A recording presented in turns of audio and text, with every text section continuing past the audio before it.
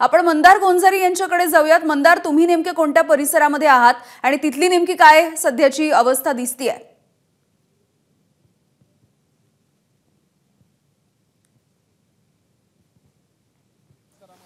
काही मिनिटांपूर्वी मी इथून काही अंतरावरती उभा होतो त्या ठिकाणी ज्या ठिकाणी लोक अडकलेले आहेत, अशी काही ठिकाणी वाढलेली आहे। अवघ्या काही मिनिटांमध्ये यावरून आपल्याला अंदाज येतोय की पुण्यामध्ये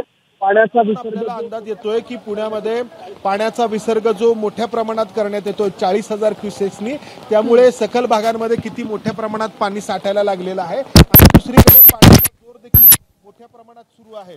या ठिकाणी आपण ज्या समोर सोसायटीज पाहतो आहोत तिथे लोक जे आहेत ते या दोरांच्या साहाय्याने लोकांना बाहेर काढण्याचा प्रयत्न करतायत, कारण मोठ्या प्रमाणामध्ये लोक या इमारतींमध्ये अडकलेले आहेत। महापालिकेकडून बोट देखील आणण्यात आलेली आहे। जर आपण पाहिलं तर महापालिकेची जी गाडी आहे त्या गाडीच्या वरती एक बोट आपल्याला पाहायला मिळते आहे। ती बोट या ठिकाणी आणण्यात येणार आहे आणि या लोकांना इथून बाहेर काढण्याचा प्रयत्न होणार आहे, कारण मोठ्या संख्येने काही शेकडोंच्या संख्येने लोक अडकलेले आहेत आणि पाण्याची पातळी ही सातत्याने या ठिकाणी वाढत चाललेली आहे।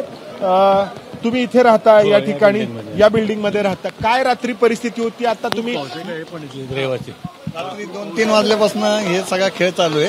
रात्री 3 वाजता कोणताही इशारा न देता पाणी सोडलेलं आहे, त्यामुळे हे सगळं अचानक गोंधळ झाला। लोकांना सगळे घाबराघाबर झाले, लोक पळायला लागले, व्यवस्थित आपापल्या ह्याच्याने बाहेर पडायला लागले घाबरून। पाणी वाढत चालले हळूहळू।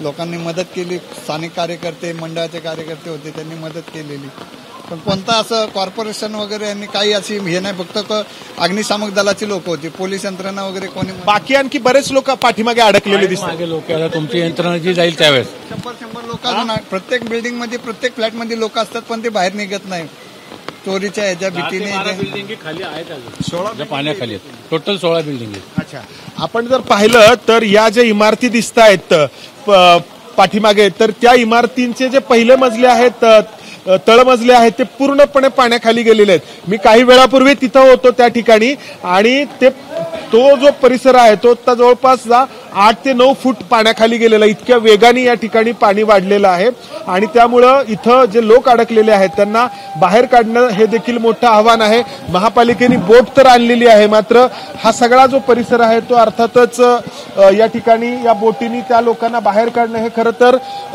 रिस्की ठरू। एबीपी माझा, उघडा डोळे बघा नीट।